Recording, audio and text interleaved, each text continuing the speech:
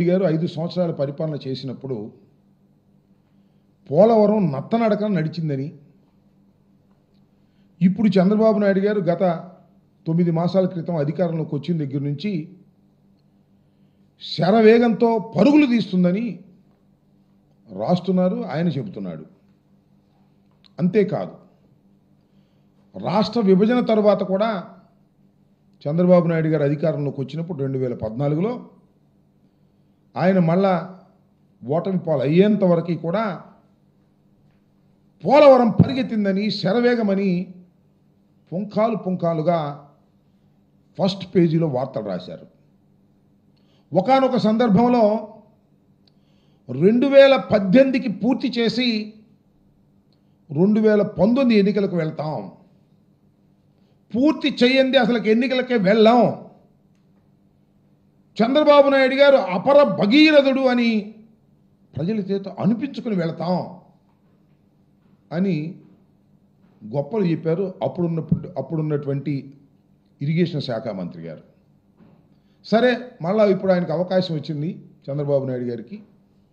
సరే, ఆయన ఇది 2007కి పూర్తి చేసేస్తాం అనే మాట మాట్లాడారు.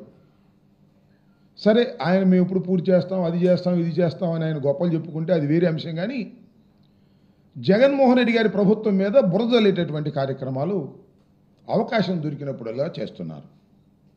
దానిలో కూడా ఈ పోలవరాన్ని ఉపయోగించుకొని అనేక సందర్భాల్లో చంద్రబాబు నాయుడు గారు మాట్లాడుతున్నారు.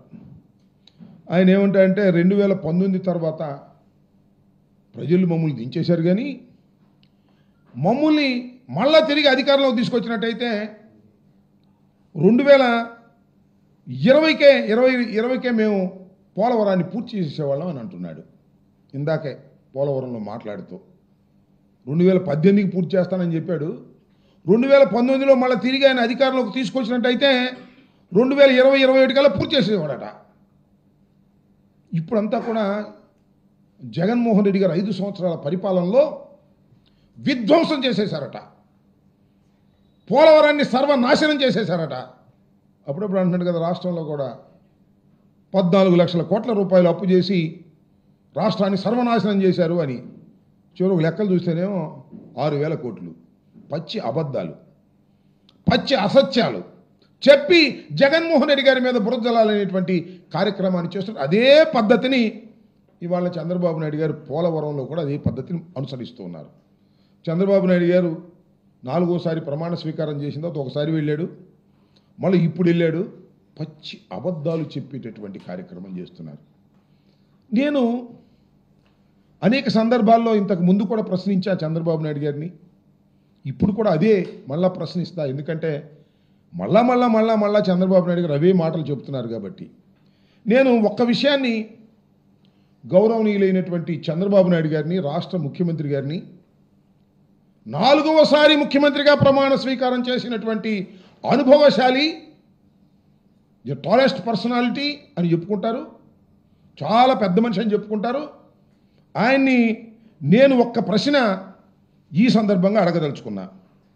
ఆయన ఏమంటారంటే, జగన్మోహన్ రెడ్డి గారంట 5 సంవత్సరాల అధికారంలో ఉన్నప్పుడు పోలవరం నిధులను రాష్ట్ర ప్రభుత్వానికి మరలించారట. ఈ మాట మాట్లాడుతున్నాడు. పెద్ద మనిషి, అబద్ధాల్లో చాలా పెద్ద మనిషి, నిజాల్లో నాకన్నా చిన్న మనిషి. ఎందుకు చెప్తున్నానంటే, పోలవరం ప్రాజెక్టుకు కేటాయించినటువంటి నిధులను జగన్మోహన్ రెడ్డి గారు డైవర్ట్ చేశారు అనేటువంటి మాట మాట్లాడుతున్నారు. అయ్యా చంద్రబాబు నాయుడు గారు, ఈ విషయాన్ని మీరు నిరూపిస్తే నీకు సెల్యూట్ చేస్తా. సెల్యూట్ కాదు, సాష్టాంగ ప్రమాణం చేసి నీకు దండం పెడతా. ఎందుకంటున్నానంటే, ఇంత ఘాటుగా అసలు చంద్రబాబు నాయుడు గారు ఈ ప్రాజెక్ట్ ఎందుకు తీసుకున్నాడండి నాకు అర్థం కాలేదు. ఈ ప్రాజెక్ట్ ఎవరు నిర్మించాలి? ప్లీజ్ ఆలోచించండి ఆంధ్ర రాష్ట్ర ప్రజానీకం. ఇది ఆంధ్ర రాష్ట్ర ప్రజల చిరకాల కోరిక. ఒక విధంగా చెప్పాలంటే స్వప్నం. రాజధాని స్వప్నం కాదు, అమరావతి స్వప్నం కాదు, కానీ పోలవరం ప్రాజెక్ట్ అనేది చిరకాల స్వప్నం. ఆ స్వప్నాన్ని ఈయనే తీర్చడానికి వచ్చినట్టుగా మాట్లాడతాడు. ఆయన ముఖ్యమంత్రిగా ఉన్నప్పుడు 10 సంవత్సరాలు 9 సంవత్సరాలు దీని గురించి ఆలోచించరా. రాజశేఖర రెడ్డి గారు వచ్చి ఫౌండేషన్ స్టోన్ వేసి అన్ని పర్మిషన్స్ తీసుకొస్తే ఇవాళ అది నా కలల పంట అని కోసేస్తాడు సొరకాయలు వెళ్ళే. నేను అడుగుతా ఉన్న, రాష్ట్రం విడిపోయింది. విడిపోయినప్పుడు కేంద్ర ప్రభుత్వం ఈ పోలవరం ప్రాజెక్టు మీ కల కాబట్టి హైదరాబాద్ను మీరు కోల్పోయిన పోలవరం ప్రాజెక్టును పూర్తి చేసి మీకు మేము ఇచ్చే బాధ్యత మాది, అనా పైసలతో సహా మాదే ఖర్చు అని చెప్పారే. ఏమండి చంద్రబాబు నాయుడు గారు, మీరు ఎందుకు తీసుకున్నారు? మీరు ఎందుకు కట్టాలనుకున్నారు? రాష్ట్ర ప్రభుత్వానికి ఏమి సంబంధం? కేంద్రం కదా కట్టవలసింది, ప్రతి పైసా కేంద్రమే కదా. నిర్వాసితులకు ఇచ్చేది R&R ప్యాకేజ్ కూడా కేంద్రమే కదా. మీరెందుకు తీసుకున్నారు? 2016లో చంద్రబాబు నాయుడు గారు తీసుకున్నారు. ఎందుకు చెప్తున్నానంటే, ఫండ్స్ని మేము డైవర్ట్ చేశామని చెప్తున్న సందర్భంగా నేను చెప్పదలుచుకున్నా, ఇక్కడ అడగదలుచుకున్నా.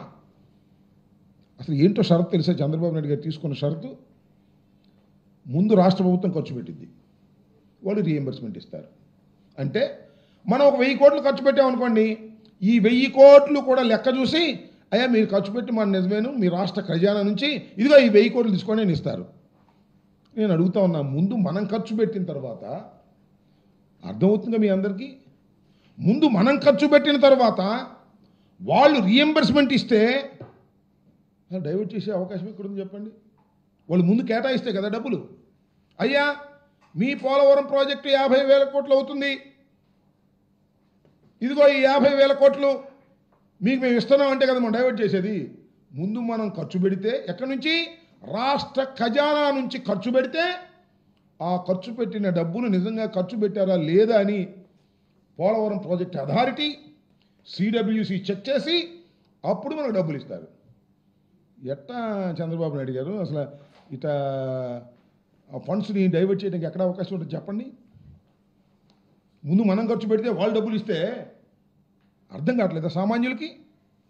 ఇలాంటి పచ్చి అబద్ధాలు ఇవాళ పోలవరం వెళ్ళి చెబుతున్నాడు చంద్రబాబు నాయుడు గారు. నేను ఆ రోజున అడిగా, ఈ రోజున అడుగుతున్నా, సమాధానం చెప్పేటటువంటి పెద్ద మనిషి కాదు ఆయన. సమాధానం చెప్పకోకుండా తప్పుకుపోయేటటువంటి అతి చిన్న మనిషిగా నేను భావిస్తున్నాను. అదేమిటంటే, కేంద్రం నిర్మించవలసింది రాష్ట్రానికి ఏమి సంబంధం? ఒకటి. రెండో పాయింట్, ఇప్పుడండి మీరు కేంద్రం దగ్గర నుంచి ఒప్పించారు, మీరు 14లో అధికారంలోకి వచ్చారు, ప్రమాణం చేశారు, స్వీకారం తీసుకున్నారు, ముఖ్యమంత్రి అయ్యారు. ఎప్పుడు కేంద్ర ప్రభుత్వం అంగీకరించింది రాష్ట్ర ప్రభుత్వం అయ్యా నువ్వే కట్టుకోమని? 2016లో ఒప్పుకుంది. ఎందుకు ఒప్పుకుంది? నువ్వు వెళ్ళి బతినాడితే ఒప్పుకుంది, నువ్వు కాళ్ళ పడితే ఒప్పుకుంది.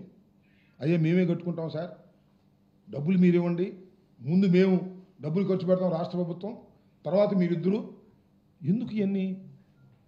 నీ సొంత కాంట్రాక్టుదారులకు దోచి పెడదామని తప్ప ఏమన్నా ఉందా అని అడుగుతా ఉన్నా. సరే తీసుకున్నావు పో. నేను ఇవాళ చెప్పదలుచుకున్నా, చంద్రబాబు నాయుడు గారు పదే పదే అసత్యాలు చెప్తున్నారు కాబట్టి పోలవరం డ్యామ్ దగ్గరికి వెళ్ళి, ప్రాజెక్ట్ దగ్గరికి వెళ్ళి నేను అడుగుతా ఉన్నా, 2016లో తీసుకున్నప్పుడు ఏ రేట్ల మీద తీసుకుంటారండి? 2013, 14 రేట్ల